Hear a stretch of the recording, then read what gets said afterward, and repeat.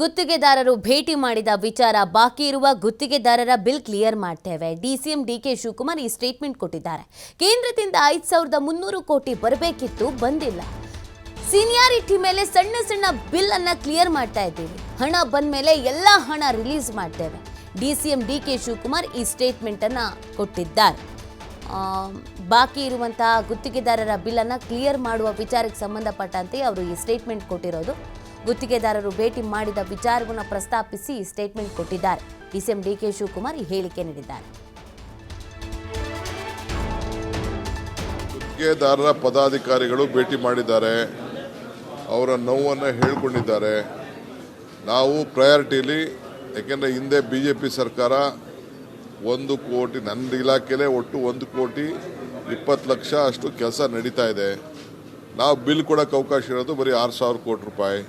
Central ಗೌರ್ಮೆಂಟಿಂದ 5,300 ಕೋಟಿ ರೂಪಾಯಿ ಬರಬೇಕಾಯ್ತು, ಅದು ಬಂದಿಲ್ಲ. ಬಟ್ ಪ್ರಯಾರಿಟಿಲಿ ಅವ್ರಿಗೆ ಕೊಡ್ತೀನಿ. ನಾನು ಸೀನಿಯಾರಿಟಿ ಸಣ್ಣ ಬಿಲ್ಗಳನ್ನೆಲ್ಲ ಕ್ಲಿಯರ್ ಮಾಡ್ತೀನಿ ಅಂತ ಆಶ್ವಾಸನೆ ಕೊಟ್ಟಿದ್ದೀನಿ. ಹಣ ಬಂದ ತಕ್ಷಣ I will release all those bills. ಗುತ್ತಿಗೆದಾರರ ಪದಾಧಿಕಾರಿಗಳು ಭೇಟಿ ಮಾಡಿದ್ದಾರೆ, ಅವರ ನೋವನ್ನು ಹೇಳ್ಕೊಂಡಿದ್ದಾರೆ. ನಾವು ಪ್ರಯಾರಿಟಿಲಿ, ಯಾಕೆಂದರೆ ಹಿಂದೆ BJP ಸರ್ಕಾರ 1 ಕೋಟಿ, ನನ್ನ ಇಲಾಖೆಯಲ್ಲೇ ಒಟ್ಟು 1,20,00,000 ಅಷ್ಟು